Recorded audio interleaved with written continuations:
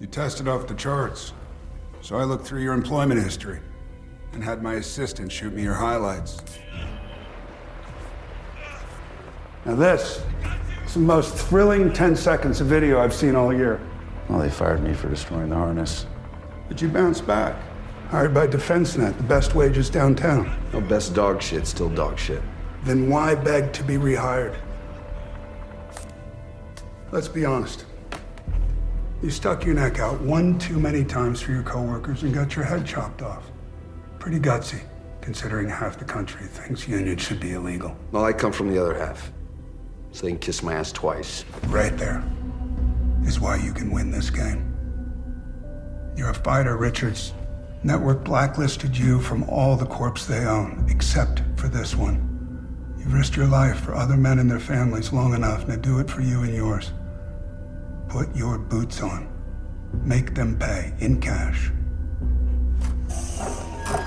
Sign the agreement and change your family's life forever. What father wouldn't want that?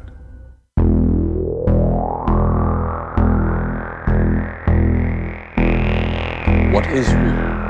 How do you define real? If you're talking about what you can feel, what you can smell, what you can taste and see, then real is simply electrical signals interpreted by your brain. Have you ever been in an institution? Cells. Cells. Do they keep you in a cell? Cells. Cells. When you're not performing your duties, do they keep you in a little box? Cells. This causes it. This causes it. This causes it. Information overload. All the electronics around you poisoning the airwaves. You are listening to the High Tech Low Life podcast, a cyberpunk media retrospective. High Tech Low Life contains language and themes not suitable for all audiences, as well as spoilers for the content being covered. Listener discretion is advised.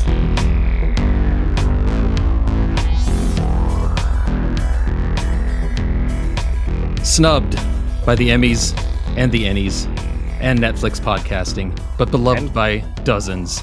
It's the High Tech Low Life podcast with your hosts, Eric and Josh. I'm Eric. I'm Josh. Our guest this week, returning, is our official televised murder game correspondent, Kristen from Astronomica. Welcome back, Kristen. Thank you. I'm happy to be here. And you can put that on a resume, by the way, if you ever need to. I'll think about it. I mean, look, in the times that we live in, it might even be, valuable. I mean, coming up, it might have a lot more value than it has in the past. Maybe I could get a gig like narrating the upcoming America Hunger Games or whatever That's true. we're doing in the fall. I forgot. That's a real thing that's going to happen. Fuck. It certainly is. I don't know. There's a lot of time between now and then. Based off of how January has gone, let's not all hold our breaths. That's a good segue, actually. Because, well, first off, we're talking about The Running Man 2025. We'll get to it in a second. It's a movie that came out in 2025. It is theoretically a movie. But before we do that, we like to talk about the news of the day, and it's been really a bad weekend. Real bad run. And like I said last week, 2026 is really gunning for the worst year of the 2020s, which is fucking saying something. So it's, First of all, we had, for some people would experience generational winter storms, which always puts you in a good mood. It puts you in the mood to lock yourself in your house and watch your social media feeds and see what horrors roll across them, which is what I'm guessing millions of people did this weekend, as the horrors did indeed roll. There's another killing in Minnesota. Yeah, and I generally hesitate to say rank killings. This one was extra bad. Like, just in terms of how blatant an execution it was. Yeah, if you thought that Renee Good had to have been the bottom, I mean, this was worse. The bottom keeps falling, baby. Yeah, it does. Yeah.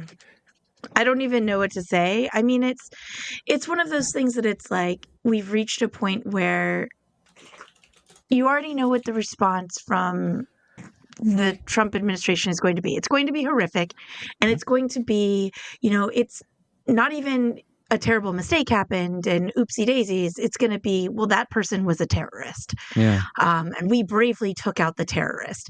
And they're going to do that like 30 seconds after finding out that a thing happened. And so it's hard to be like extra horrified by it. And then as you find out about people, it's like, oh, okay, so this was a person who was a nurse at the VA, and who had all of these different things that he did in his life. And I think there's then a feeling of like, oh, well, this was an exceptionally good person. No, this is just a normal guy. It's just that people are generally often very good. Yeah. And that's who's out there, and that's who is in the way of the people, the smaller, we have to remember, the smaller part of society that is tremendously bad. Yeah, I do want to say the man's name. It's Alex Preddy. Seemed to be just a pretty average dude. And now he's dead. So yeah, just an average good dude. Like his colleagues remember him very fondly. He was very good and compassionate at his job, which again he was an ICU nurse with the VA. A lot of people remember him standing up for his coworkers, particularly when people were being sexist. Just a generally nice guy doing generally nice guy things, and that's what he died doing. Which is, though disgusting and sad, admirable. I mean, you can't say anything nice enough. I mean, he was just helping people who were being knocked over. It's horrific. What do you guys think about the state by state, I mean, state of Minnesota response to what's happening? Do you think, like, it's so tough because I know they're walking a thin line, but also I feel like they're not doing nearly enough. And I'm glad it's not my job. I think it could be better. I understand at least some of the realities of, okay, Tim Walz is the governor and he has to maintain at least some level of civility. I don't know. I guess, like, theoretically, he needs to maintain some level of civility. I'm not sure how much that actually applies anymore when, say, the federal government is being entirely uncivil. Yeah. But, it is understandable that there is an urge to maintain civil relations at some level. On the other hand, although I don't think it would be the worst possible response in the world, I don't think it would be the end of the world if, say, he ordered the state police to start arresting like ICE officers who do not identify themselves and are wearing masks. I mean, that would be a move, and it would be, in my mind, pretty respectable. But if he can't even go that far, go out and get fucking tear gassed, man. Yeah. I mean, get on the street. I mean, I would like to see him out in the street. I like you said, Josh, like, I respect that he has a position of governor, and that comes with it a certain amount of deference to quote unquote civility. I get it. That being said, what civility? Yeah. What are you preserving in this moment? And how is this response to constantly telling people, remain peaceful, remaining peaceful? It requires no violent action on someone's part to be caught up in this, to be harmed by this. And I think he knows the people that, are on the verge of not being peaceful anymore. Yeah. Yeah. I would hope he'd realize that. I would hope so too. But I also think that saying, oh, well, we're going to send National Guard in. Okay, well, to do what? Like, who are they going to help? Are they going to be protecting people from ICE? Because that's not what I'm seeing when people are sharing, visuals of the situation. What I'm seeing is National Guard and Minneapolis police protecting ICE agents. Yeah. And that's a hard sell. Mm-hmm. Yeah. I think he's afraid of like Trump invoking the Insurrection Act and federalizing all the forces there. But I also think that is going to happen one way or another. I mean, I'm pretty sure at this point that's the goal of the Trump administration. And I think there is benefits to getting ahead of that by doing something with them while you can. Yeah, it's, I don't know. Yeah, it does seem kind of like a foregone conclusion. I mean, because as it turns out, even in god-awful winter storm weather, people are still out on the streets and trying to, protect their neighbors and protesting against ICE. So there is no reason to think it is going to stop anytime in the immediate future, because we have no reason to think that ICE is going to leave it anytime in the near future. It's the absolute worst time of year to be out in the streets, and those streets are full. I mean, it's really inspiring, honestly. Yeah. It really is. It's also like, I love all of the people pointing out that like Trump et al. Have made one of the classic military blunders, right? Attacking a winter people in the winter. Yeah. That's beautiful.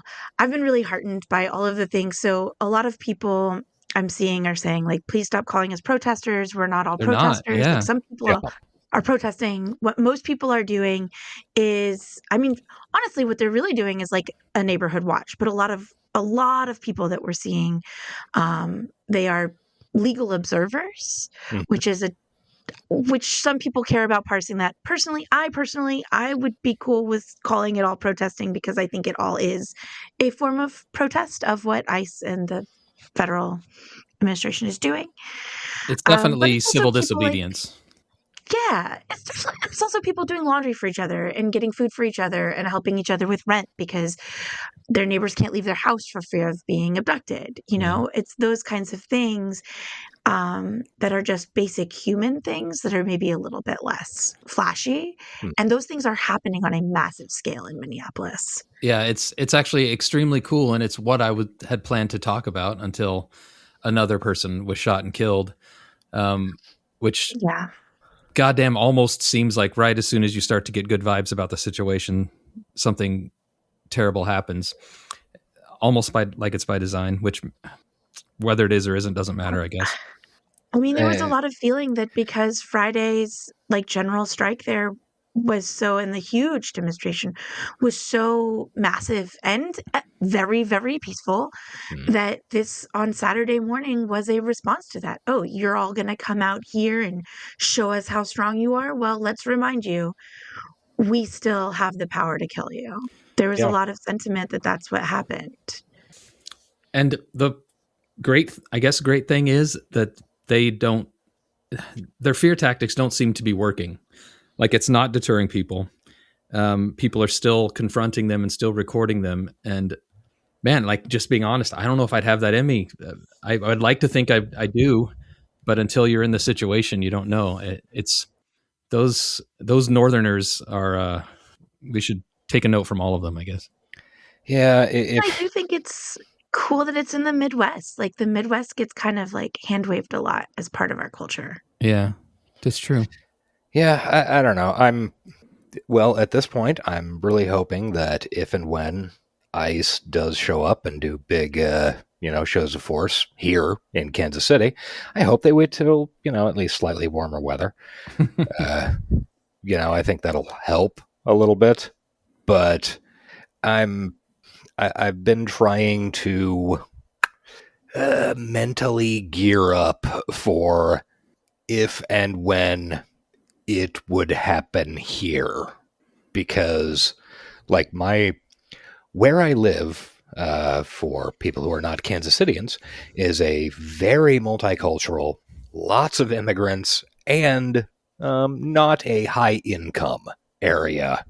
So I really, and doing some like back of the envelope math, I'm like, oh man, I don't ask my neighbor's immigration status because what am I, an asshole? Who cares? Yeah. But I You would can assume. I would be unsurprised if a substantially higher proportion of my apartment complex has fewer papers than might be legally necessary. It doesn't even really matter right Yeah. now. Like, it's the color of their skin that matters. Yeah, and yeah, that's that too. So yeah, I've been kind of trying to save my energy to some extent because I feel like if and when this stuff does jump off bigger, we need to be ready for a fucking long, hard road. Yeah, I'm afraid of this summer. Like, it's gonna get pretty bloody. I have a feeling. Like we said that about last summer, but if January is this bad, holy fuck. Yeah. Well, and I think another thing to note about why is ICE where it is right now is because this is also big bad political violence, right? There are parts of our country that have a much higher population of immigrants, and the kind of immigrants that they are targeting. And they're not in those places. And they're not in those places because those places voted for Donald Trump in the last general election. And because those places have governors that are friendly towards him. I mean, one of the things that came out yesterday was when Walz called Trump to be like, hey, quit it. It was better than that. But I just feel like, come on, you had to know, man. Get Trump. The vocal But, like, equivalent Bondi's- of a strongly worded letter. Yeah, but like Pam Bondi's response to all that was, well, we'll take ICE out of there if you give us like voter registration. That's so fucking weird. I'm sorry. That has nothing to do with what you're claiming. Like, I want to be clear. What ICE is doing on the surface, what they're claiming is ridiculous and wrong, and it is Gestapo shit. But like that is in no way connected to this like I don't to the even know how to Department of Homeland describe Security it. at all. Yeah. I don't. That is voter suppression shit. That is like, what would they need voter registrations for? Yeah, the Except correct for really response. bad shit. And can't they get them anyway? You would think. Yeah, the correct response to that is purple race car chicken jockey. I mean, are we just saying things now? Like, they're words. They're not connected to anything, but they're words. Chicken jockey, I'm pretty sure is connected to Minecraft, but yeah, It is. not connected to the conversation. But yeah, it's nonsensical, and it also gives away a large part of the game, and all of that to say that like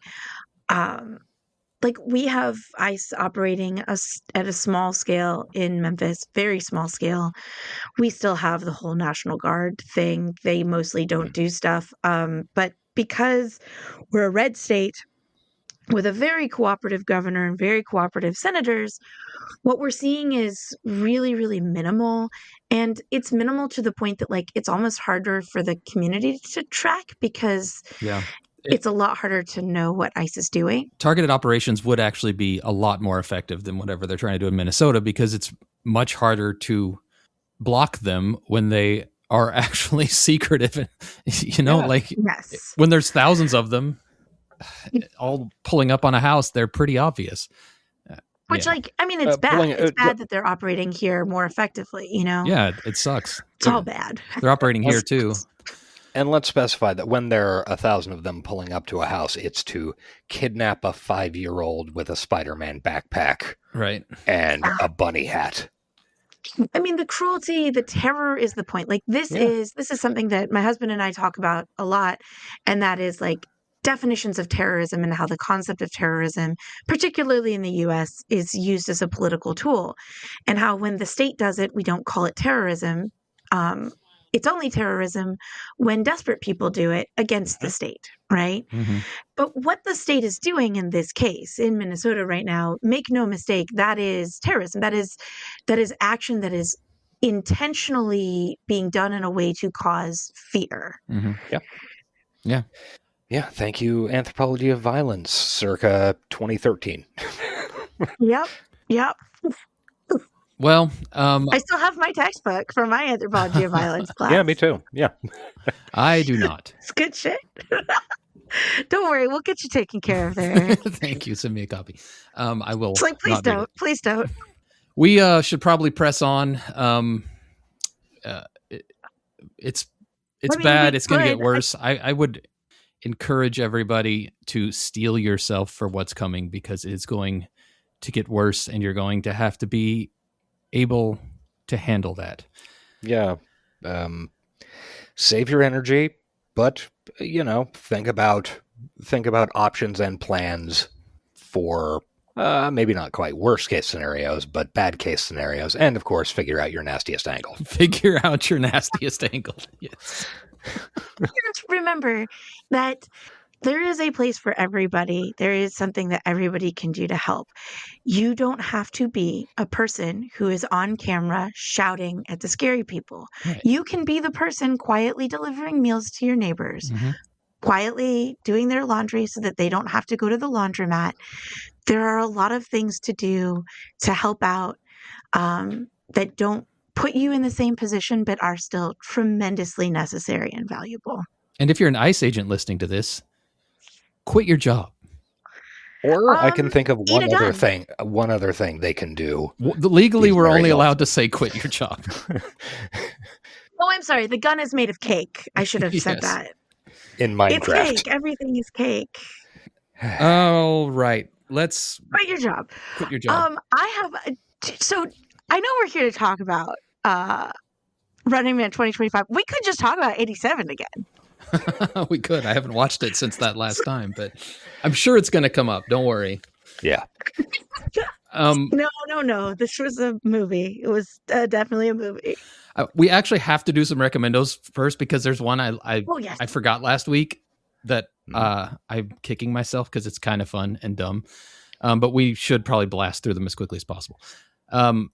I watched a movie while I was traveling called Freaky Tales. Josh, have you? Oh, I have heard of that, but I have not seen it. Like an anthology type thing? It is an anthology of like 4 or 5 stories that all kind of take place on the same day in Oakland, California. Okay, and yeah. With kind of like this undercurrent that Oakland has this dark old magic about it that's causing all this shit to transpire. It's not the best movie I've ever seen, but it was a lot of fun, and it does. You do get to see some punks beating up Nazis, which is cool. Oh, cool. All right.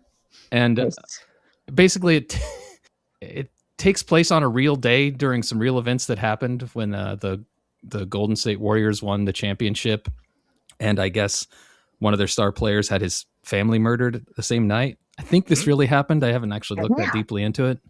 And he gets some fictionalized revenge. It's just a good fun time that I recommend it. You and specifically Josh watch. Okay. Am I insane? Is Tom Hanks somehow connected to that film? He is, because he's from Oakland. Okay. Yeah, he's in it very briefly. Oh yes, I knew. Yeah, I vaguely knew that. I knew it was Northern California, but yeah. It's got the guy whose name Ben Mendelsohn from. Oh, I love Ben Mendelsohn. He's fantastic in it. Pedro Pascal's got a small role, but he's pretty good. Nice. Yeah, I think I saw a trailer for that. Like this is pretty recent, right? Like, I think last year. Yeah, I think I saw a trailer for it like a year ago, and I was like, "Oh, that's interesting," and then never saw anything about it again. I think anthology movies fail. Nobody likes them. Yeah, as a rule. Yeah, I think there's only been one that has ever been successful. Love Actually. Yeah. Twilight Zone. And that's, Twilight Zone. Yeah, I guess. I mean, although that cost some lives. Yeah, it did cost a lot of lives. And is maybe the worst thing Steven Spielberg has ever put on film. Okay. Wow. His segment on that Twilight Zone movie is dog shit. Well, at any rate, it slipped under the radar, and I had a lot of fun watching it, and just watch some Nazis get beat up and killed. All right. Cool. Sounds great. Yeah, I'm into it. Anybody else got anything? I do. A Mel Brooks documentary. Oh. Yes. Oh, yeah. Go, Kristen. We're just going to slip that in there. So that was what I watched last night after watching Running Man 2025 again. And I technically have like 30 minutes left on it, but it's delightful. It just I grew up watching Mel Brooks movies my whole childhood. They're a great example of like a a wide variety of jokes that appeal to the whole family, and also your classic has the most classic. You can't make that today, and it's like you could barely make that then. Yeah. But no, it's delightful. It's really interesting. I think they really do a good job of reminding people that Mel Brooks is great and cool and flawed, but in normal human ways, not in any particularly exciting, scary ways. Just really well done and kind of heartwarming.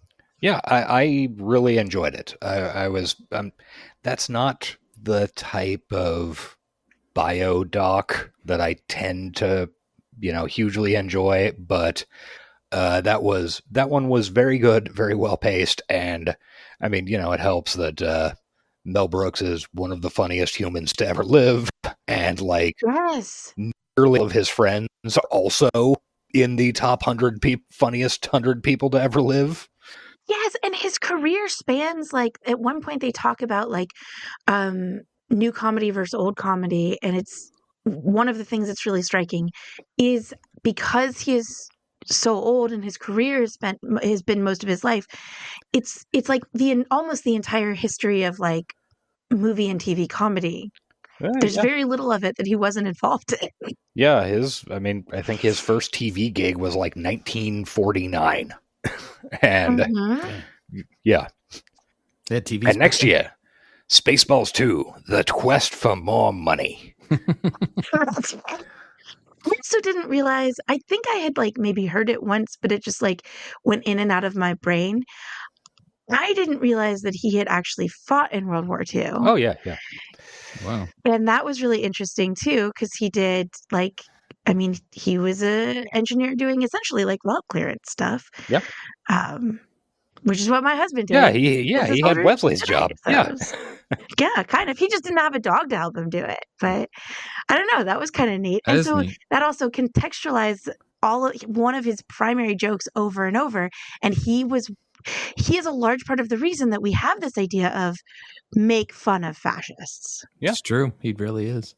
He constantly clowned on Hitler. At their base, they are ridiculous people.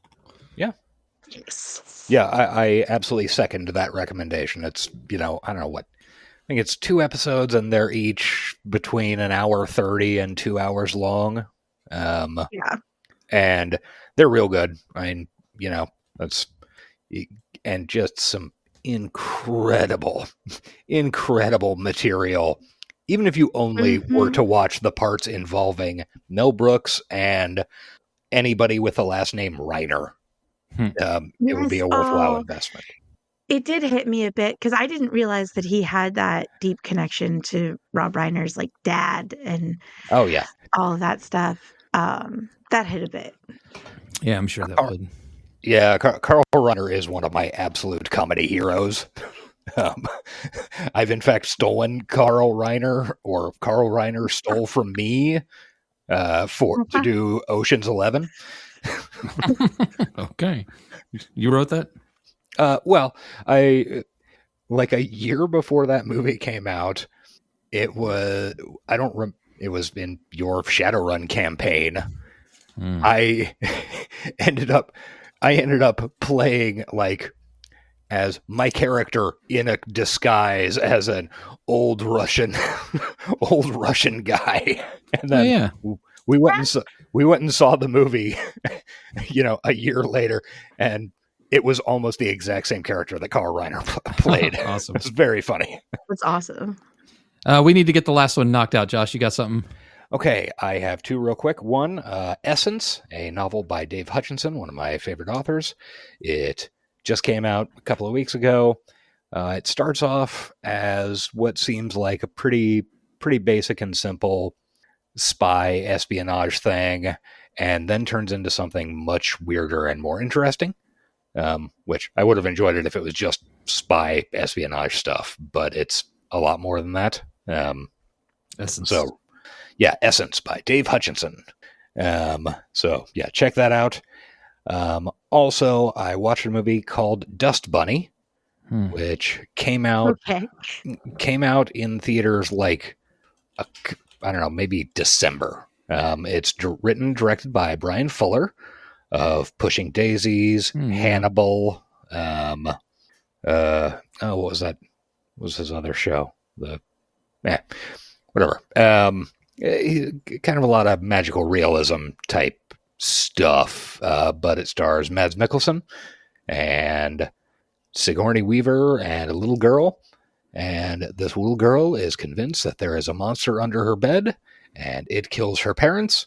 And she hires Mads Mikkelsen, who she has observed killing a monster, which was, in fact, this is like the second scene in the film. The monster was, one of those big Chinese New Year dragon, things with like 15 people in it. Yeah. He's an assassin, and he killed a Chinese dragon full of people. Oh, jeez. So she hires him to kill the monster that's under her bed and killed her parents. And Cute. it is a very weird and interesting movie. And the little girl's great.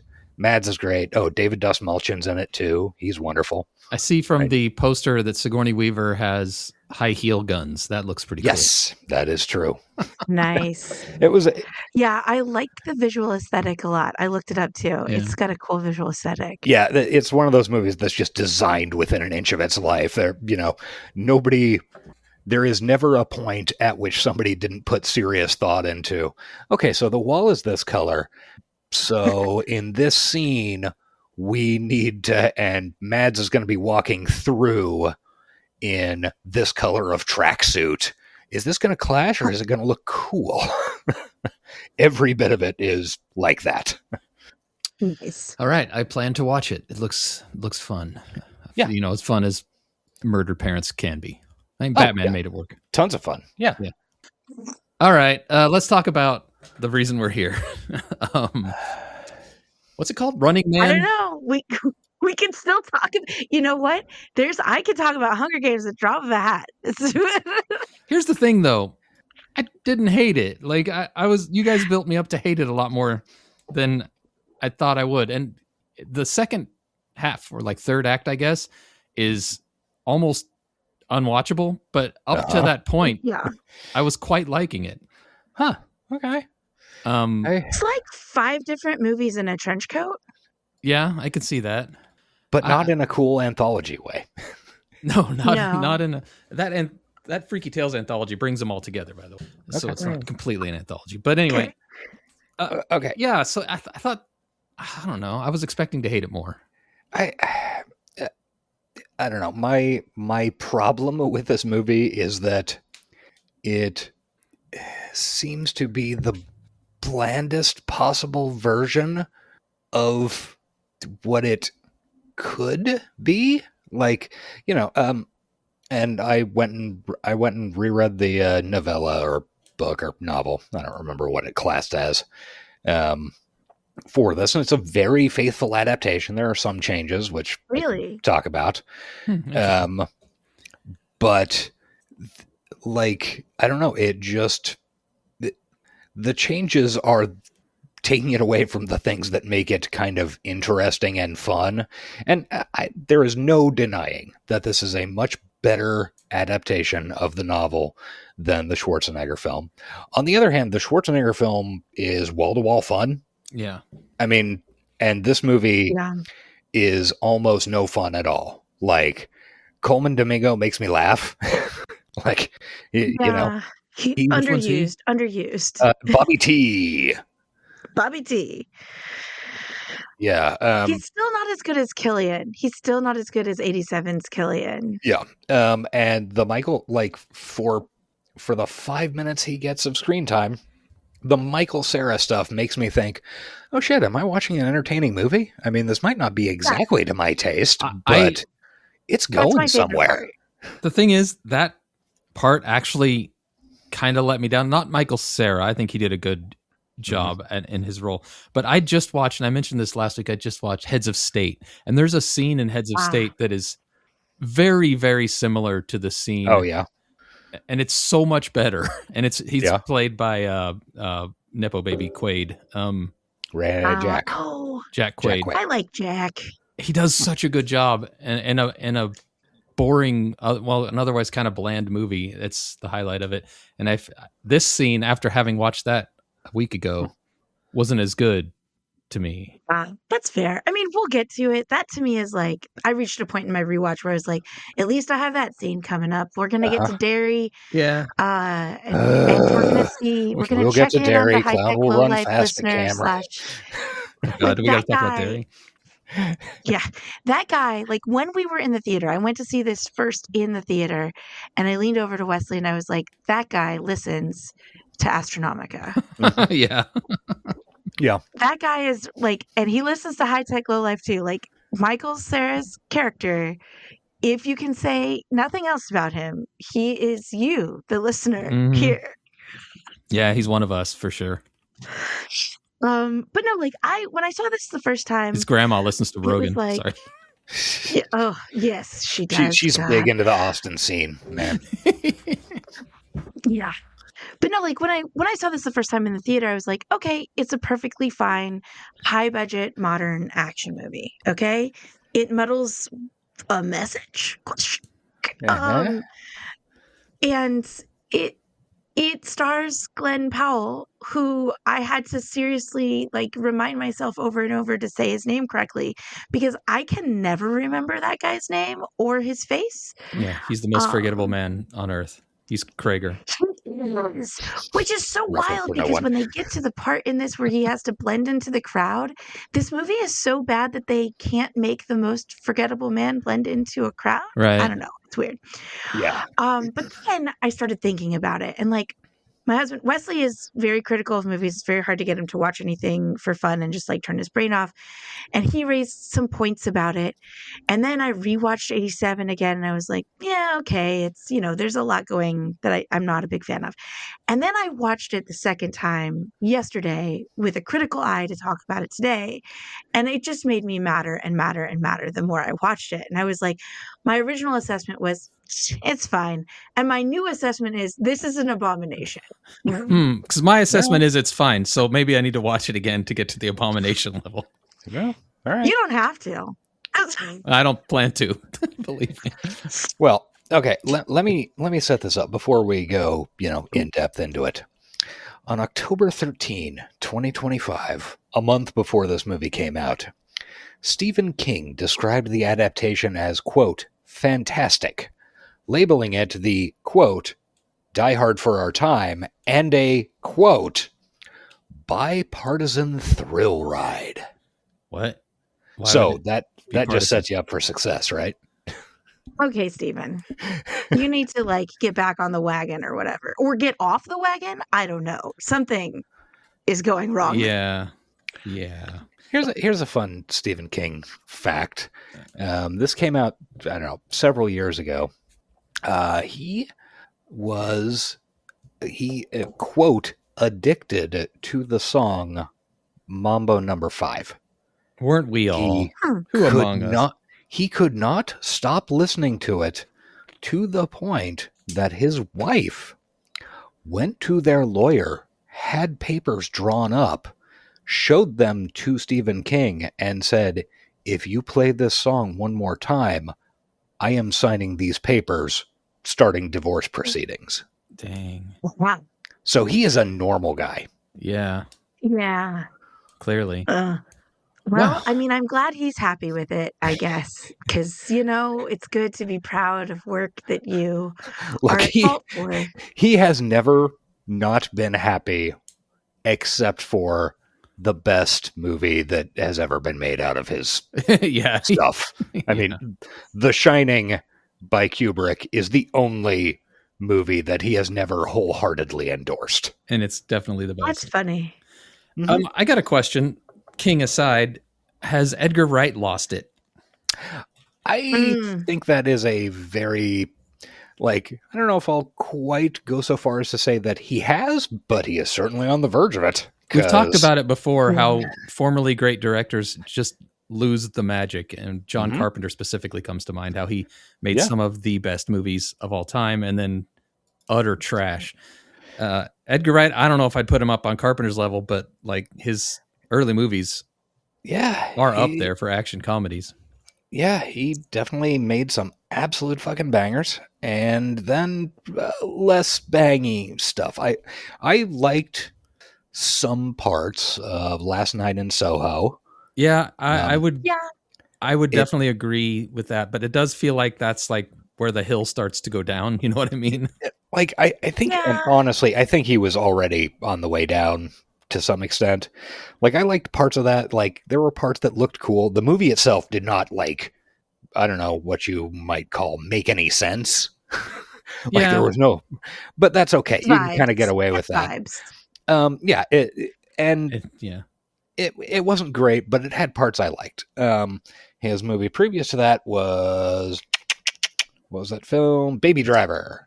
I love Baby Driver. Okay. With a deeply cursed cast. True. Yeah. True. Yeah. It was a fun movie, though. I mean, loved it. Was it. A fun, tight action movie. Like, I thought, again, pieces of it worked. I don't think it held together that great, but man, this movie, I mean, The Running Man is just almost nothing in it works. Like, I would be fascinated to know like how it came together, right? Because I think that it probably was plagued by a lot of studio he has said like stuff and some like weird writing stuff. I don't know. Well, he has said for years that this was like the movie he wanted to make. He wanted to do a real adaptation of the Stephen King short story, or the Stephen King novel, The Running Man. He co-wrote this with a guy who he has written like 3 other movies with. And I mean, I think he actually had a decent amount of control. I mean, I haven't seen anybody talking about, oh, it was taken away from him. It's, I mean, I think this is all on him. And I think so. And the thing is, you can see little flashes, just momentary flashes of like, hey, that feels like Hot Fuzz, you know, that feels like a good little bit of Edgar Wright. And then it immediately descends into, I don't know, there's a big fireball or something, which in Hot Fuzz, you're like, holy shit, there's a big fireball. This is shot well, and it's interesting, and people are doing interesting things. Yeah, this one, the fireballs were just kind of like, okay, I guess, sure. But there's some like basic movie storytelling failures here. I mean, there's like setups that never pay off or callbacks that you're just like, why bother calling back to that thing? I mean, there's just weird, like, why did we spend time in this area focusing on this thing that doesn't functionally matter? Or the story sets up a problem and then immediately within the same scene, or says something's not going to happen, and then immediately within the same scene, with no change of stakes, is just like, nah, just kidding, I'm going to do that actually. Yeah. Like, just really, really basic storytelling no-nos. I'm still not sure how they got on that plane. Like, I just can't figure out. They drove to the airport. Oh, yeah. And then they just let them on when they've been because the show wasn't on, but it wasn't live yet. But actually, here one of my huge problems with is what's the plot? how does the show work? Yeah, that's like, a big problem. Because if that program is the highest rated program in the world or whatever, how is it filling up a nightly show with, at maximum, probably 10 minutes of tape per day from each of the 3 contestants? Yeah, I was assuming until the plane part that it was like a 24/7 live stream thing, which I can see happening in the future. Live streams are huge. I can see a channel dedicated to The Running Man. And then that happened, and that threw that plan out of the water. And now I'm spending the whole time thinking, well, when is this show airing and for how long? And like, why is he being chased in all times of the day, the rest of the movie? And it's so stupid. Also, he pulled a bullhorn out of his ass. We can get to that later, but it bugged me that he suddenly had a bullhorn. The bullhorn was left on the ground. And they rolled the car right up to where it was. Yeah. Okay, I didn't see that. It's of all the stupid things. It's a minor quibble. Well, that's right out of the novel, baby. Is it really? No? It is. We need to get to the actual recap because it's going to take a while. Okay. We're going to talk. We'll talk about the game itself because, I mean, I feel like as the murder game correspondent, I Yeah. should be able to explain the rules That's your of the job. game. That's why you're here. Which I think, Yes. yeah, Oh, exactly. thank God, that's So off I'm me. gonna. So let's like talk about story, and when we get to the and now he's on the show, I will tell you how the game is constructed. Okay, I wonderful. think Oh, based thank off God. of Oh, thank God. I'm so glad you're on this show. context clues. I'm so glad And you're how on that this show. stacks up. It's going to save me so much just sputtering. I don't know, man. Oh. Here's the thing: it breaks its own rules, but like we'll get there. Okay. So we're in the future of 2025. I don't know if that's specifically stated in the movie, but that's the year in the book. And also, in the interest of time, because this movie's fucking long, and Oh, we yeah. are Oh, already God, 45 yeah. minutes into this, feel free to skip anything that doesn't matter. I'm going to. Okay. Okay, so we meet in our very first scene. Glenn Powell playing Ben Richards. He's been fired. He has a young And Ben Powell being Ben Richards, who's been fired. Sorry, Yes. there's a lot of in. Glenn Powell. Yeah. Glenn Powell, yeah. The actor's name is Glenn Powell. I know it's hard to remember because he is Yeah. yogurt. I think he's a robot. Him and Dakota Johnson, I don't think are real people. I think they're robots or AI actors. And Okay, so she's in a movie that I haven't seen with Sydney Sweeney that apparently a lot of people were like, come is back. And then people were like, no, it's dumb. It's not back.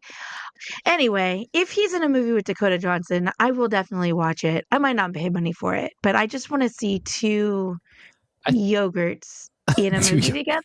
I think the moment that fascinated. movie is finished, it ceases to exist. It's like unstoppable force, immovable object situation. Could be. Yeah, Yeah, and maybe they'll remake 50 Shades of Grey with the two of them. I refuse to watch this movie, so I wouldn't see that. But yeah, and the thing is, I am broadly positively disposed towards Glenn Powell. He has been pretty good, like actually really good in a couple of movies, but it's Really? he's on a he was in that Comedies. Everybody Wants Some, the Richard Linklater college baseball movie, and Hitman. 2 Which or was 3 pretty years good, ago, very which was funny. pretty good. And there was something else where, he was pretty decent in the Top Gun reboot, playing kind of the Iceman part. But I the forgot thing- that he was in that. yeah, the thing that, I don't know, that bums me out is that he is taking what is probably to some extent very smart career advice. And that advice is turning him into the most boring thing known to man. Well, Yeah. I think this movie is a really good example of that because, like, I think that there's one of the things that it does, and like the first thing we see in the movie, since we haven't progressed beyond that, is his face and him saying, "I'm not mad," and like he has this constant like he says, "I'm not angry" or "I'm not mad" or whatever, but then very quickly we learn this dude has a hair fucking trigger, and Glenn Powell plays that in a way that is kind of funny. Yeah. Which could be an like, Edgar it's Wright very- note, because it feels like an Edgar Wrighty thing. Yeah. Yeah. That kind of doesn't make could- sense because the movie's not funny, Oh, yeah. No, obviously not. but he is sometimes. Yeah, I think you've got a good idea there, Eric, with the Edgar Wright note, because I could totally see that being a Simon Pegg bit 15 years ago. Yeah. Like Simon Pegg's the lead character and he has an insane hair trigger for just any random bullshit and off we go to the races. Like I could totally see that.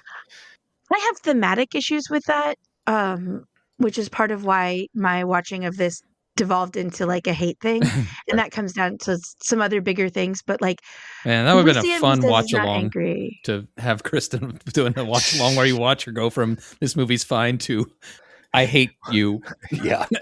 Glenn Powell and But Edgar I Wright. also have this is also part of my unified theory that masculine action movies, which I mean action movies in general, but like they are about what is the what's cultural acceptable masculinity? What's the ideal masculinity, right? I think I talked about this with 87, that like we see Arnold Schwarzenegger's picture of idealized masculinity, which is this like obviously the big buff dude who's very physically capable, but he is a big team player. You constantly see him be this team player, right? And he is also like, he's not going to beat on somebody who is already down, right? And then the version of like ideal masculinity in this is something that I actually really fucking hate, because it is, I'm not angry, and then explosions of anger, right? This Yeah. like stoicism, explosion of anger. That shit is not fun to be around, and it is not a good way to be a person. And we're supposed to believe It's- that it doesn't blow up like when his wife does something that makes him Yes. mad. Like Yes. And, like, people with those issues aren't. We are absolutely going to get to that. Oh, okay. It's the Very kid thing shortly. too, with the like, I have my kid with me not to guilt you, but so that I don't beat your face. And like, that's terrifying. Okay. Yeah. I just want to say, don't be that person, period. No matter what gender you are. Get help with that if you have those anger issues. Yeah. It's not good. But he is the hero at the center of this, and that is a large part of his character. Yeah, huge part. That's basically it, actually. That's pretty much it. And he's so stupid. Everybody has to tell him like 5 times before he understands anything that's happening. All right, Josh, we not doing well of getting through this. He shows up with his daughter. He's talking to David Zayas, who is a wonderful actor. Who's From Oz. He was on Oz. He's been on The Bear because his wife is on The Bear. That's right. He's great on. His part very small in The Bear, but I like him. Yeah, he's a wonderful actor, and I'd love to see him anytime. Unfortunately, he has 2 minutes of screen time in this. Yeah. Anyway, he's trying to get his job back, but he got fired for talking to some sort of union rep about at the factory here. But his daughter is very sick.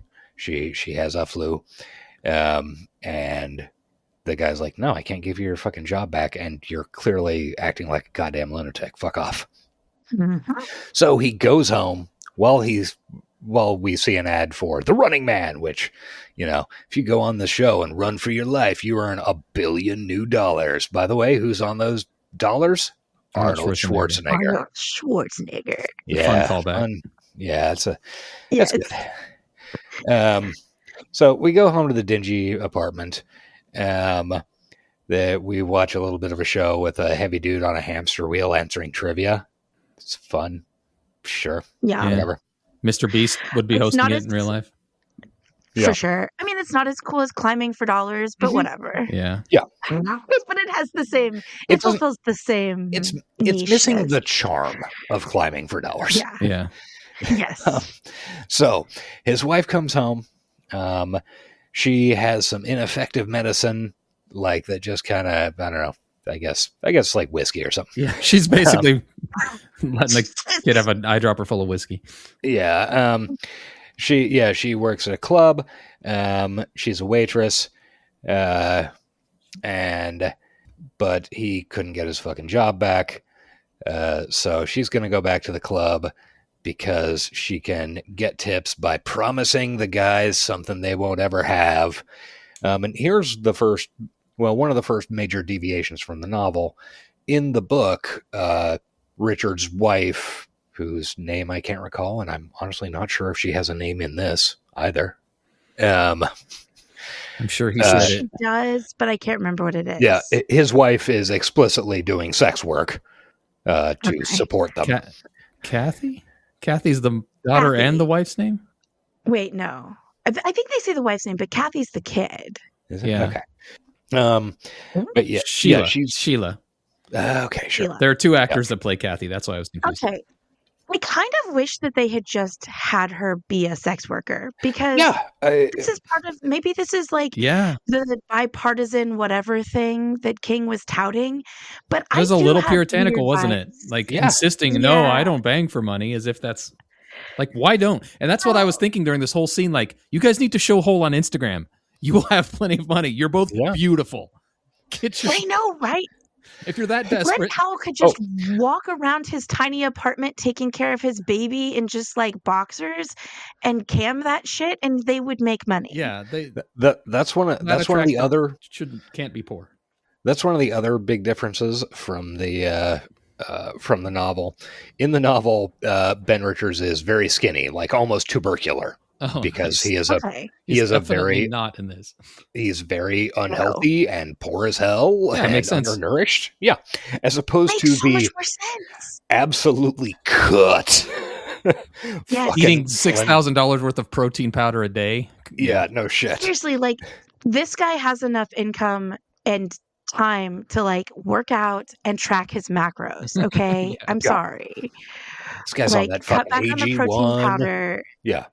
and buy the meds for your kid. But no, this was one of the complaints that Wesley had about the movie the first time was like, okay, so in the original, because I think I made him watch the original a long time ago, it makes sense that Ben Richards is this like crazy huge Superman guy.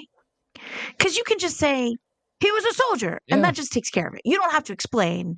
And Yeah. a construction When you just worker say, after that, and as we covered It's a last time, soldier. all construction workers are super jacked. Yeah. Yes, massive. But this guy was just like, was he a welder? Was he a constructor? Like, was he a high-rise constructor? Or he was something. He was something in the construction field, but he's been out of work for a while. But for some reason, despite their dour straits, he can like run better than anybody else, and he can physically perform better than anybody else. And also, He's you got can those like fucking cum count his gutters. muscles. He does have gutters Yeah, that they give a like close-up on. it's a little, yeah. The towel scene. Yeah, it's I don't begrudge them Like- the towel scene. Come on, that's just I good don't fun. begrudge it.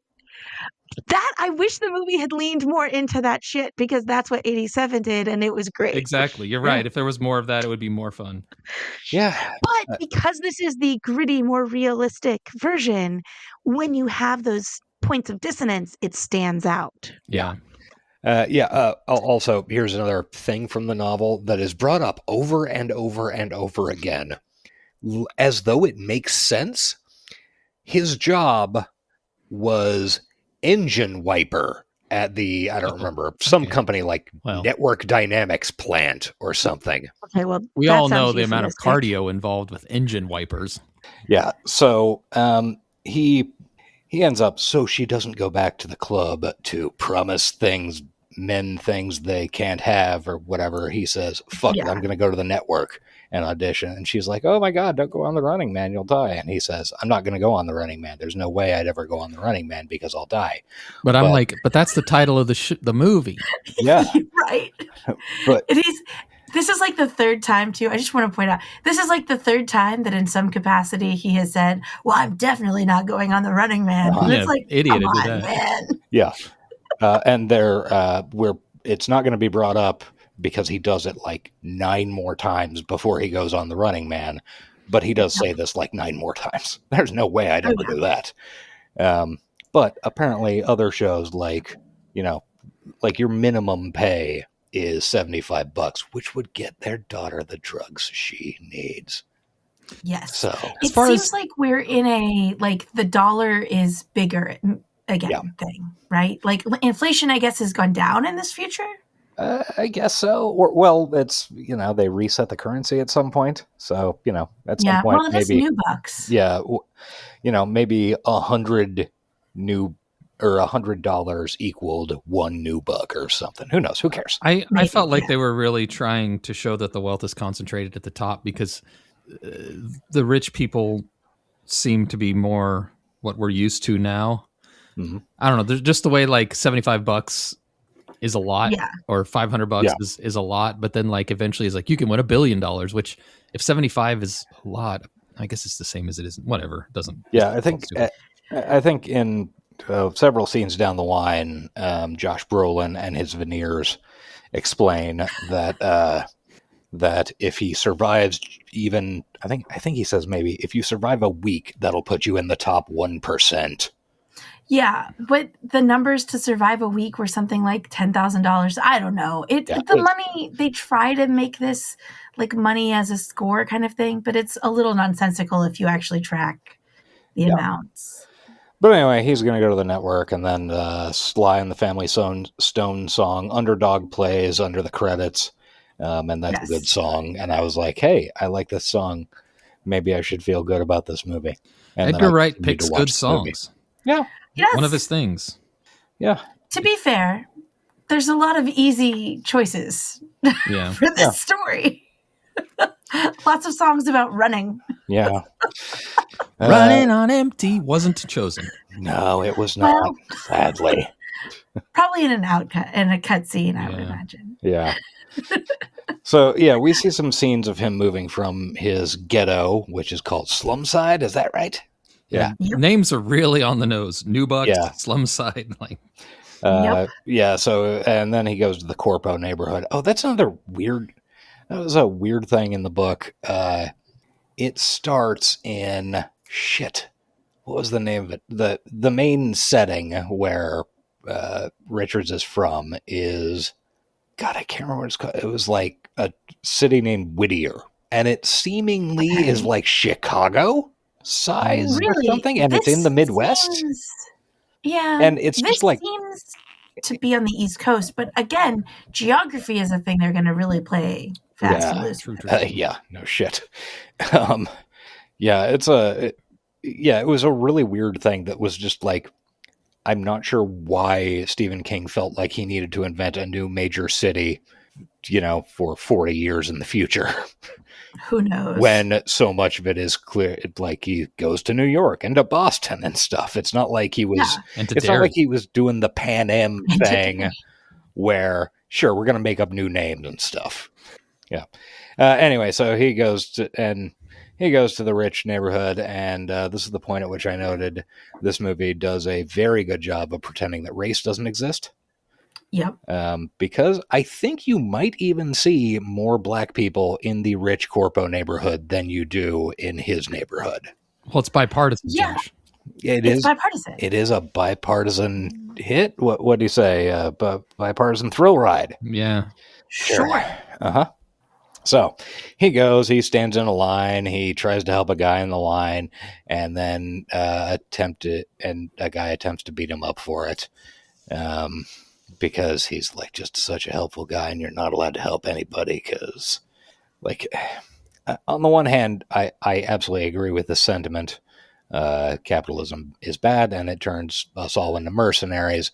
On the other hand, at a certain point, like, come on, man, we get it. Let some fucking subtext exist. Yeah.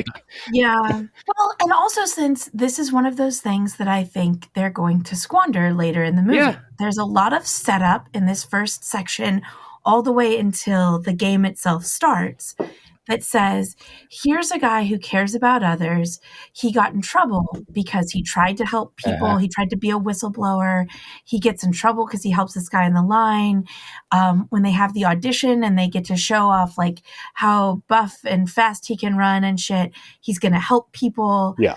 And they're building him up into, much like Schwarzenegger's Ben Richards, a team player. Now, he is not. No. I want to be clear. We do not actually see him in situations of stress be a team player. We are told that he helps others, and we are shown that he helps others in very minimal ways. But like when he's called to be a team player with his wife to decide what to do with the kid, he does the classic, like, I won't do the basics, but I'll go do a big masculine die for you thing. Mm-hmm. He won't let his wife just like go to fucking work to get the medicine. No. I must go do a thing where I could probably die. He won't show a hole on Instagram. Exactly. And that's if he what was we're a all team clamoring player, for. he would show hole on Instagram.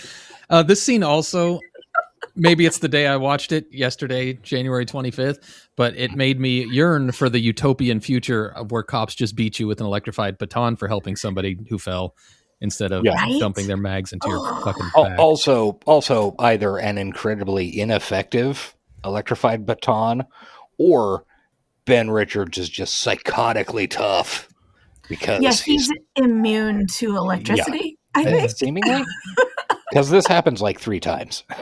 Yeah. Do love a good stun baton, though. Big fan of them. Yeah, huge fan. I will say, visually, they do a good job of selling, like, this is not just a dystopian, like, this is very cyberpunk visuals, very classic, almost like they're from the stock footage. Oh, some scenes in this looked pulled straight out of Cyberpunk 2077. Like they got in the game and filmed some of the chase scenes and stuff.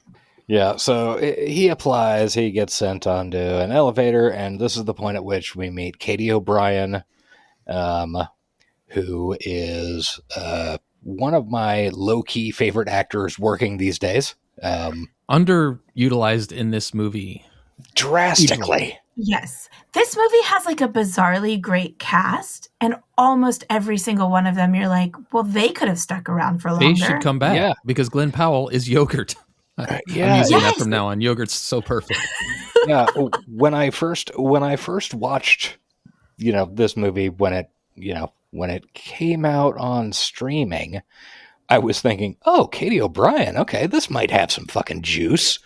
And then, a total of 4.5 minutes of screen time, maybe. And even we'll get there. It looked. I have a question about the book on this, actually. Yeah, go. So this was a huge departure from the 87 one, where like the teamwork thing, right? So like we're introduced to the other two contestants, and in 87, they are clearly a team, right? He only signs on because these guys that he had worked with in the past got captured, and he's like, I'm big and tough and I can probably help him out. And also they lied to him and told him they'd keep him out of the game if he didn't. Which is a much more noble reason to sign up than protecting your own family. This one, he signs up because they can't afford to get his kids meds, and he seems to have convinced himself that like he's never going to be on Running Man, but it feels pretty thin. Yeah. And we also learn a little bit later that like he didn't have to do that. Yeah. He didn't have to do any of this. None of this was important. There was actually a way that he was going to have a job anyway. Yeah. But like, then we meet these people, and the first time I saw him, I'm like, oh, okay, this is going to be the team that he's with in the game. But it's just, there is no team. And it would have been great if it had like the comedian guy. I'm not a huge fan of his work, but I've seen some movies with him in him, and he can be funny. I was looking forward to some shenanigans between these three, and it's zero. Yeah. Nothing. They have no interaction. But so in the book, is it just him? Is there a team element? Like, what's the deal there? This part is pretty much exactly the book, except they're both guys. Okay. Like, but she's a lesbian, so that's for action movies. She's a guy. yeah, exactly.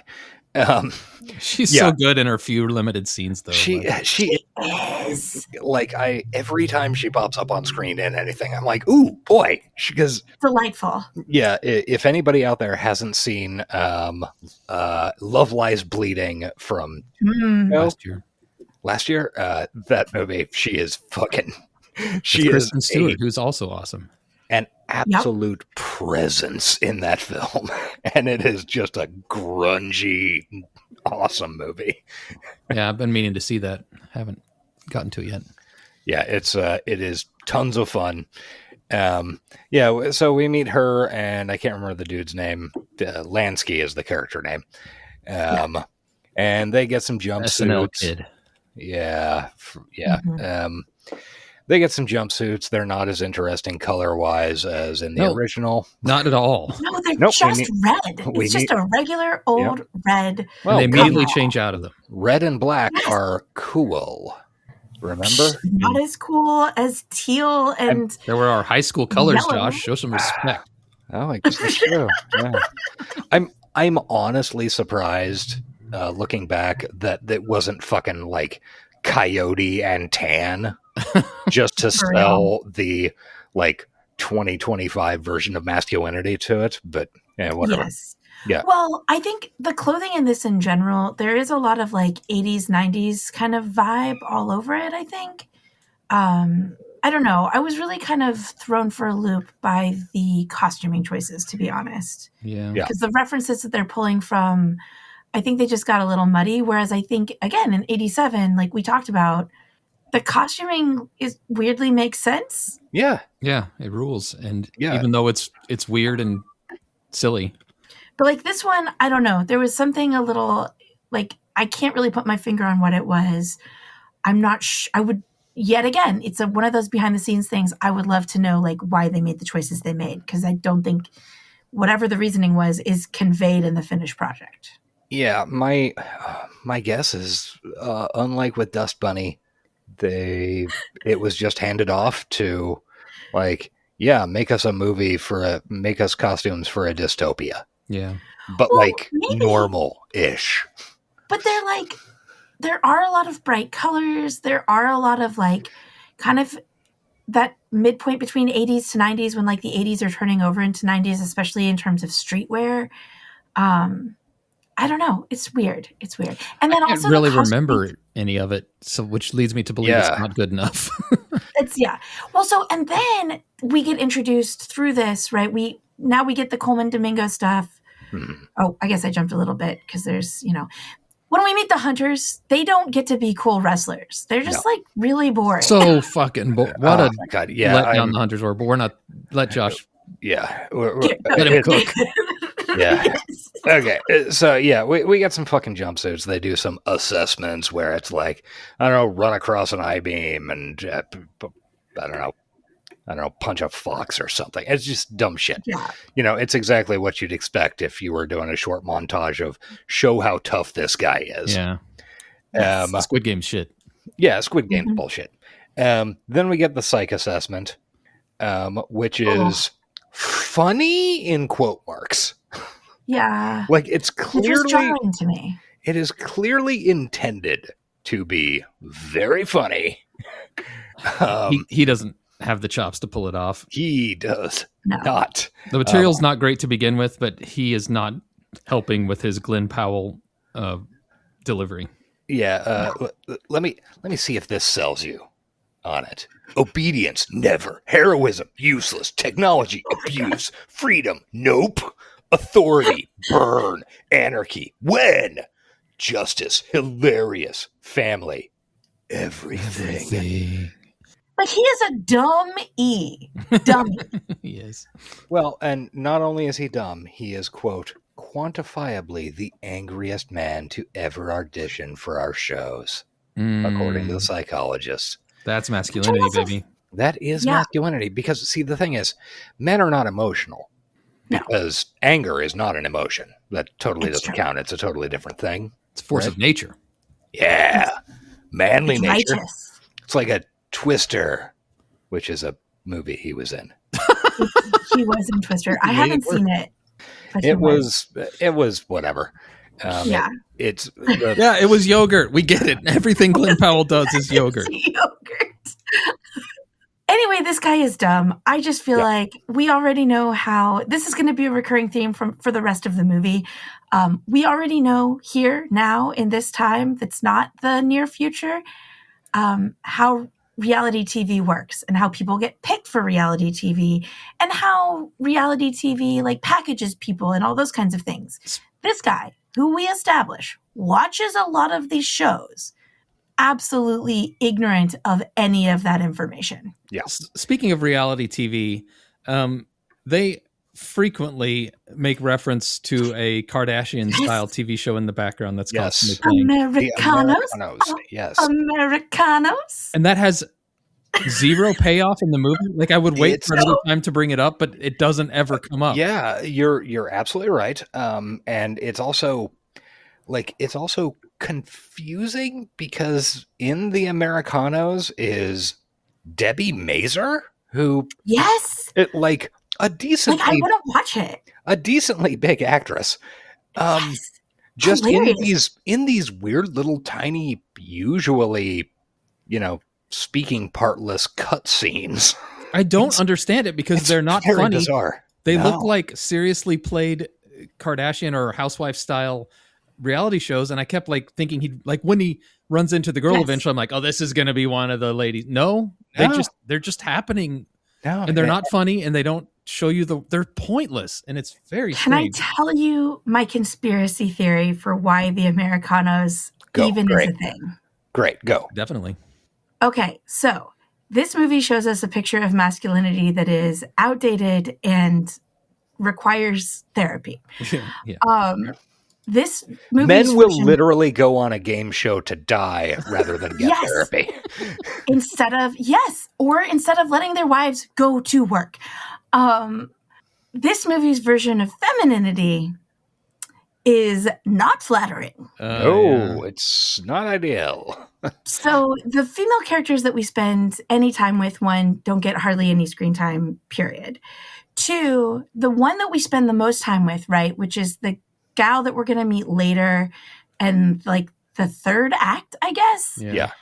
She is if there is a written by guys who do not like women character, it is that character. Well, because ladies only care about reality TV and shopping. Yes. And in order to set up her character, that is the most that the Americanos does. Yeah, that's literally all it does. Yeah. So that's my conspiracy theory, is that the Americanos we are seeing it's supposed to also tell us something about the like haves and have-nots, right?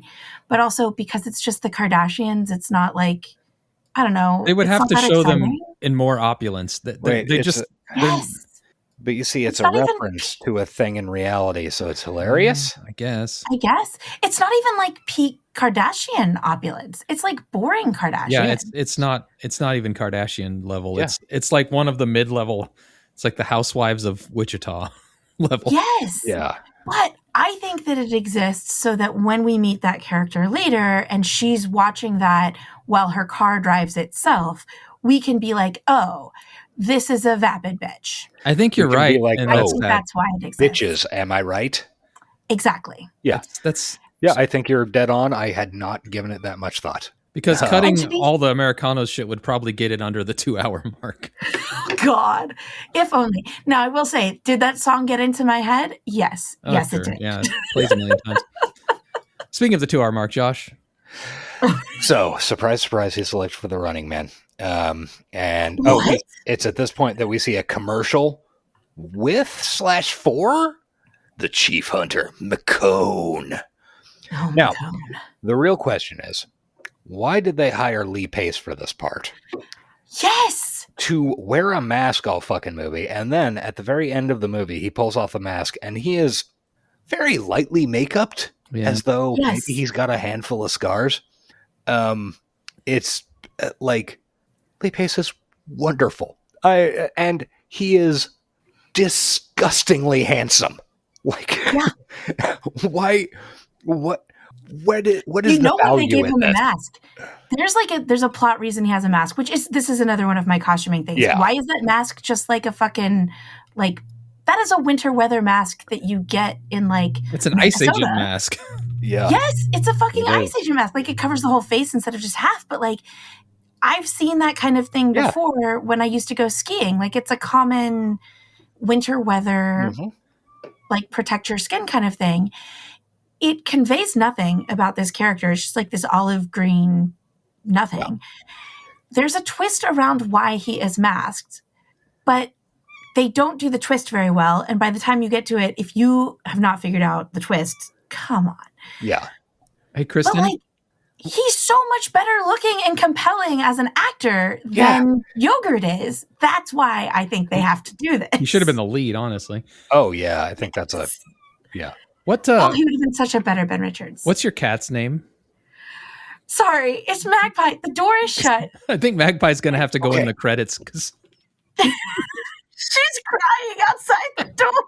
I'm so sorry. But yeah, like Lee Pace is wildly underutilized in this. He doesn't even speak a lot. underutilization is kind of the main thing this movie is. Every character that isn't Glenn Powell is more interesting, and I want to spend more time, including the kid on the bike. Like I would watch his movie. Yeah. And Magpie agrees. Magpie is on board. She agrees. But yeah, now they have the negotiations, I guess. Yeah, we go up to a waiting room outside of the office that contains Josh Brolin and yes, his veneers, and both the other contestants leave with sex workers because hey, if you're gonna be on a show where we're gonna kill you, and then of course, Glenn Powell is called in last, and he's like, "I'm not going to be on the Running Man," and Josh Brolin is like, "Here, have $500." Yeah, I guess I'm going to be on the Running Man.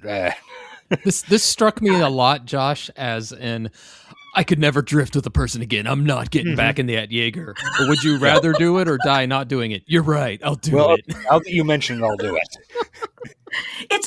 And this is like the third time this movie has done one of those things where it's like, I'll never do that thing. And then 2 seconds later, I'm going to go do that thing.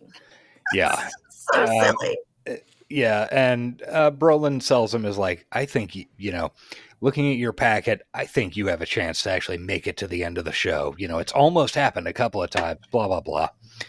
I think a really funny bit here is if at some point they'd cut to his interview with like the SNL guy and him saying the exact same thing. The exact same shit, yeah. Yes!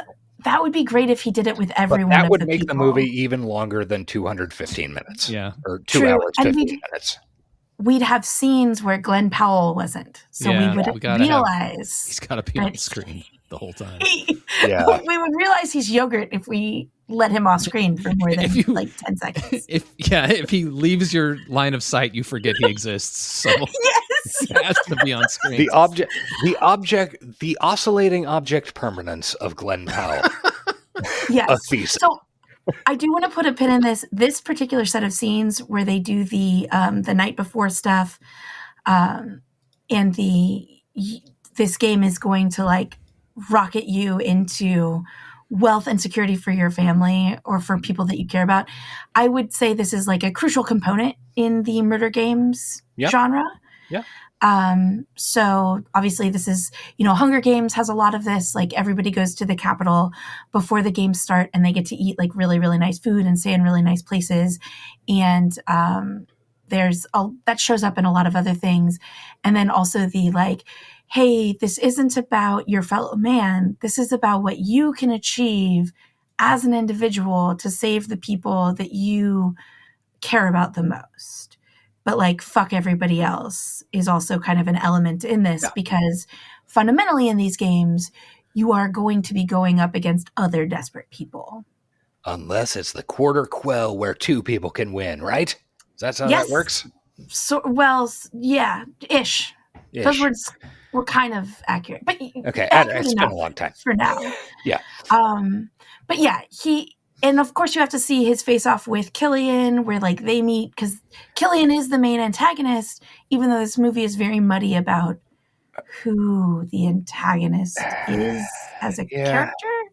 Yeah. Well, the important thing is that Killian, played by Josh Brolin, offers him a sex worker, and Glenn Powell's like, "No, I'm fucking married." And he's like, sex workers are bad, remember? I thought you, partisan. Yes. I assumed you had a relationship based on what the packet says about your wife's employment. And Glenn Powell's like, fuck no. And this is the point at which you realize this insane rage-filled person absolutely beats the shit out of his wife on a very regular basis.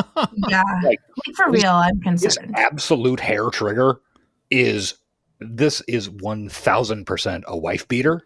Yeah. He would never consider himself that. But sometimes she gets out of line. And I would go one further and say that this is the guy that wife beaters think they are. Mm-hmm. Yes. And I think maybe that's part of my, like, when I said at the top, when I watched this again, I was like, I hate this movie. Yeah. That is a big part of my experience of this movie. Not because I have personal experience with it, but like I have friends who do. And, you know, I'm an adult woman in her 40s living in the world that we live in. These are not alien concepts to me. Yeah. And like that guy, the idea that this is our ideal masculine hero is so off-putting to me in fucking 2025. It's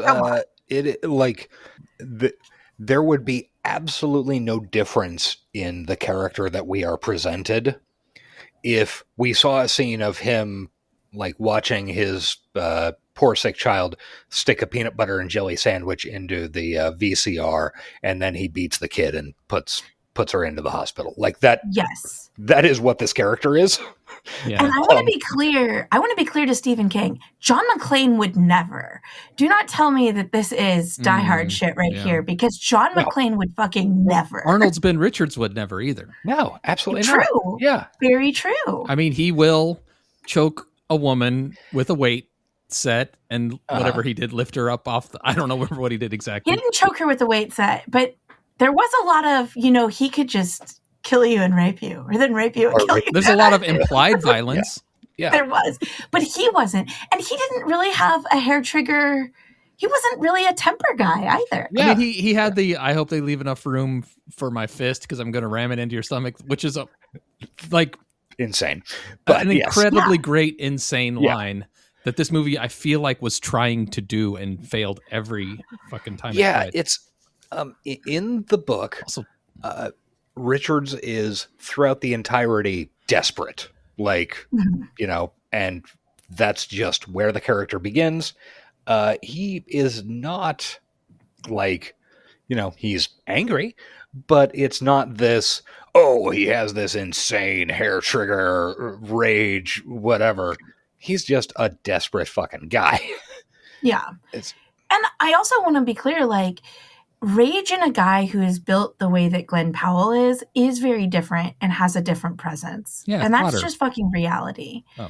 Like, it is a lot more terrifying to see that kind of hair trigger on someone who has those muscles and that stature. The first time you see it, there is something in your brain that you're like, well, this is a problem and I need to know where all the exits are. Yeah. I mean, I expected better of Edgar Wright, honestly, than to put this forth as a main character. Like, given his history, I don't know. Yeah. I mean, I also think that, like, the movie doesn't know that. I think that a lot of this stuff is totally not unaware. intentional. Yeah. No, you're right. It is completely unaware. I'm sure in the movie's world, he's never hit his wife. He's never hurt his kid. But there's just no reality in that. Yeah. And you would think that the filmmakers, you'd think somebody might have noticed that. Yeah. That type of anger is not good. Yeah. The fact that we have thought about it for, 30 minutes and we were not paid to do so. I would even think of Mark Ruffalo in the Avengers movies, who is the Hulk, Yeah. I feel like that's a better example. Yeah, it is. Yeah. It is. I don't know. Yeah. And that's what feels so out of time about it too. And I think part of my like eventual really negative response to this is, okay, but we've done more. Like, we've done better. We should be past this point in how we write these characters. Mm-hmm. When I watch an action movie from the 80s or 90s and I see a character like this, I don't really worry about it. I'm not one of those people who looks back at old things and I judge them by like the mores of today. I think you can do from a critical lens. I think that that's valuable, but from a, like, I'm going to sit down and enjoy this thing lens of its time, I think is a thing. But this is not that time. Yeah. This is not of its time. This is of 15 years ago. And it feels very frustrating. Yes. I think now. I think that is exactly friction. I think that is exactly the problem. I think this movie is 15 years too new. Yeah. Like, I think almost everything in this film would have landed better if it was 2010. Yeah. Yes, I think so too.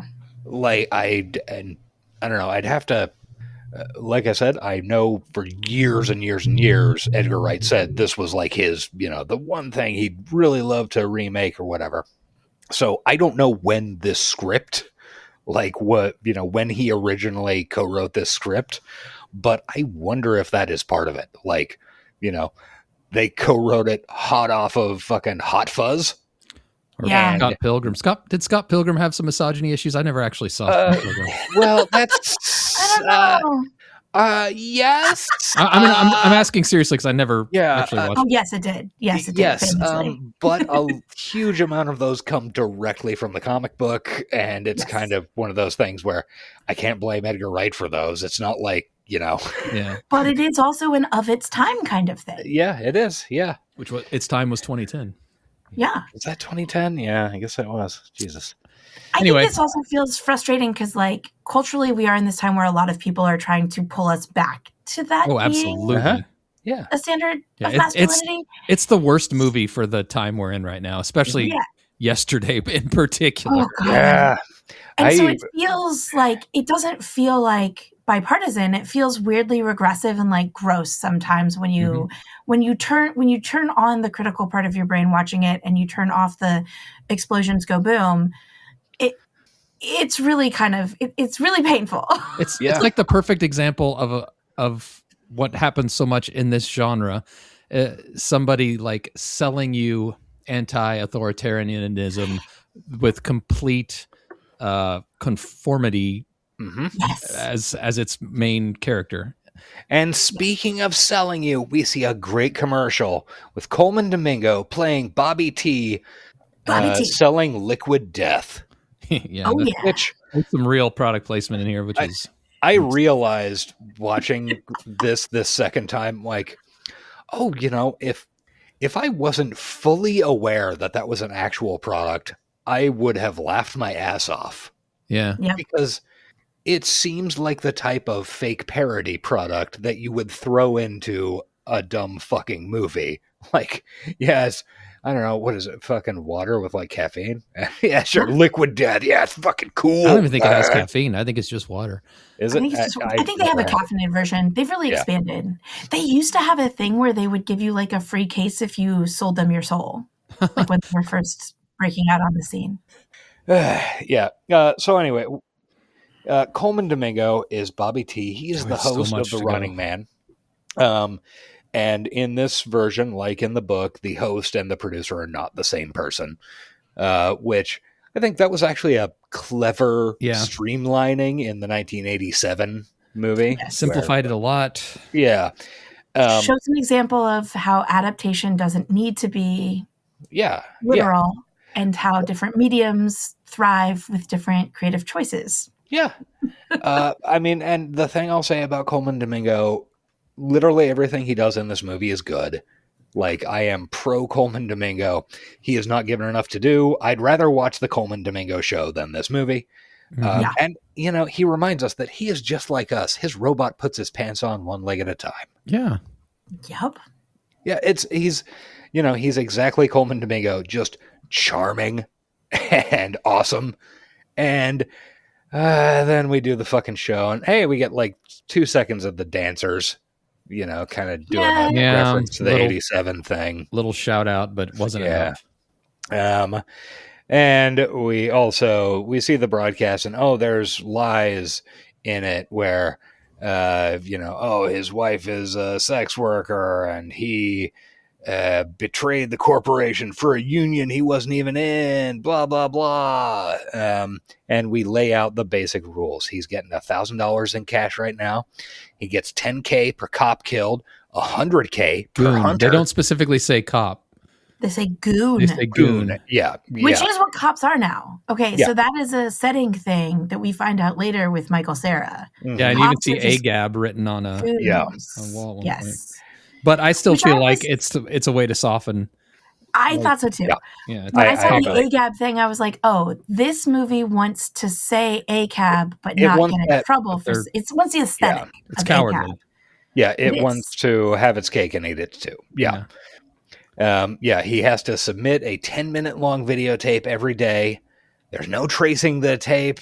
Bullshit. I know, right? And then we're 32 minutes until the game begins. So I promised that I would tell you what I think the parameters of this game are, okay? And the show. Of the show.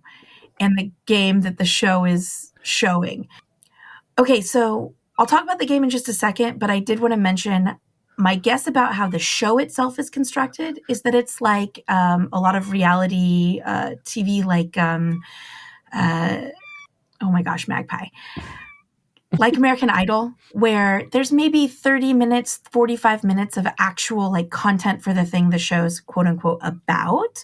But then the rest of the hour-long runtime is all packaging.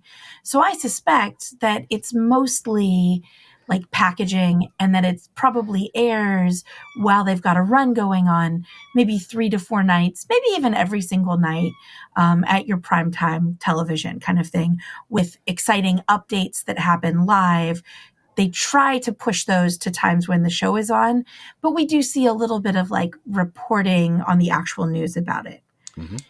In terms of the rules of the game, so like Josh was saying, they get money depending on how long they live and also if they score kills of either general goons or the hunters, right?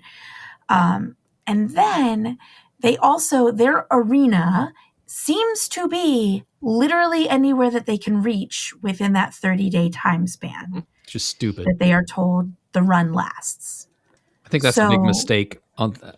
Yes. That's probably how King wrote it, but It makes more sense in a book because you don't have to think about how are you actually going to portray this, and you can just write that it happens. But when you see it on the screen, your brain does start thinking like, okay, so the entire country and beyond just turns into an arena for this stupid, dangerous show while it's running. That feels bad. But you see, what you're missing is that society at this point is very vulgar, which you can tell because Lee Pace said "fuck" in one of the commercials. I know. Yeah, they do like to say like, look, we can put fuck on network television. It's like, okay, cool, whatever. That word means nothing. We don't. Mayor the modern Minneapolis audience is watching this dropping it left and right. shit. Yeah. Exactly. But so then another crucial element is the monitoring. They claim that there is nothing monitoring the contestants, the runners, except for average citizens, except for the people around them who can send in tips to the network and get paid based off of those tips. So, one, obviously, this is bullshit. We know that they have a big device on their arm that tells them things that's obviously a tracker. A fucking Fallout-esque giant metal bracelet. We also know that they have to send in their tapes every single day into a drone, into a thing that like turns into a drone and flies off to the network office. Like, you're telling me that thing doesn't have data about where it came from? Of course it does. Also, Duh. we live in the internet age. Why can't they just upload their fucking tapes? Yeah. For serious. There's like weird analog technology uses in this, which I think is supposed to be subversive, but then the network itself also uses tapes instead of uploading. But I think the big thing is to keep in mind is that the arena is everywhere and the enemy is everyone potentially, because a big theme this movie is trying to convey is that we've become separated from each other, and that's why we have this problem. The secret villain is the divide between average people, and we're going to gloss over why any of those divides exist or who created those divides or whose best interest it is to keep those divides happening. It's the divide that's the problem. And so this element of the game is a important part of that quote-unquote message that the movie, in my opinion, is trying to put forward. So what Kristen is saying is that we should be more bipartisan and come together, right? We should. We should. Okay. I also thought it was... Biden said it best, you know? This dude spent all this time saying how he'd never joined the Running Man, and then when they explain how the Running Man works, I'm like, why didn't he just get a video camera and go out and catch a Running Man? Or at least... give some tips. Like, it seems like that would be a lot safer and possibly more profitable. Yeah, probably. Certainly lower risk. Yeah. I mean, you know. One thing. Humble when he's asking for his job back, or he could be humble instead of threatening. I'm just saying. Yeah. That's not manly, though. One thing that I skipped over real quick is that the network has a security service that like relocates and changes the names of his wife and daughter. That wasn't sus as hell when they mentioned I it. know, right? You watch that and your immediate thought was like, oh, so they're going to fuck with his wife and kid later. Yeah. Okay, so here is the main difference. One of two main differences between the book and the movie. In the book, we find out close to the end that, your wife and daughter have been dead for 10 days. And it's real. Or at least there is no reason to think it's fake. That's what they say, but they also tell us they can fake anything. So. Yeah. There is no reason in the book situation for them to lie in this instance. But so the network is bad at that. But that is one of the main differences where this movie does not have the courage of its convictions to actually do that. This movie has no courage whatsoever. That's like one of the driving themes. It would not have made a good movie if they had done that, but at least that would have taken a little bit of like, yeah, sure, we want to be fucking antisocial. Yeah. You know, it would have at least taken the bravery to go, yeah, this is an unpalatable choice we have put on the film, but I don't know that's where we're at. if you're gonna go with like Punisher light aesthetics, at least have the courage of fucking Punisher. Yeah. Well, that movie I watched with Austin Butler, Caught Stealing. Oh, yes. They do kill his girlfriend, and I hated it. So I don't know where I did I too. I land. stopped watching after they killed his girlfriend because I was like, wait, she's dead for real? Yeah. But it didn't work in that part, and they had the courage to do it. So I don't know. It's tough. Maybe just stop using women as plot devices and actually make them real characters. Oh, shit. Should we stop fridging women? Yeah. I think that's probably Shout out to Gail Simone. the real takeaway. Yeah. Okay, let's move on, Josh. Whew, I don't think these guys liked that movie very much. But maybe it turns around in the second half. Tune into the next episode to find out. Thank you for listening to this point. You can find Kristen on Astronomica podcast at astronomicapodcast.com. You can find us at High Tech Low Life on Blue Sky and Patreon, and I think High Tech Low Life at podcast@gmail.com. So that's all for this episode. See you on the next one. This has been the High Tech Low Life podcast. Find us on Blue Sky at High Tech Low Life. Email us at hightechlowlifepodcast@gmail.com and find us on Patreon at patreon.com/hightechlowlife. Theme music by Nihilor at nihilor.com. Thank you for listening.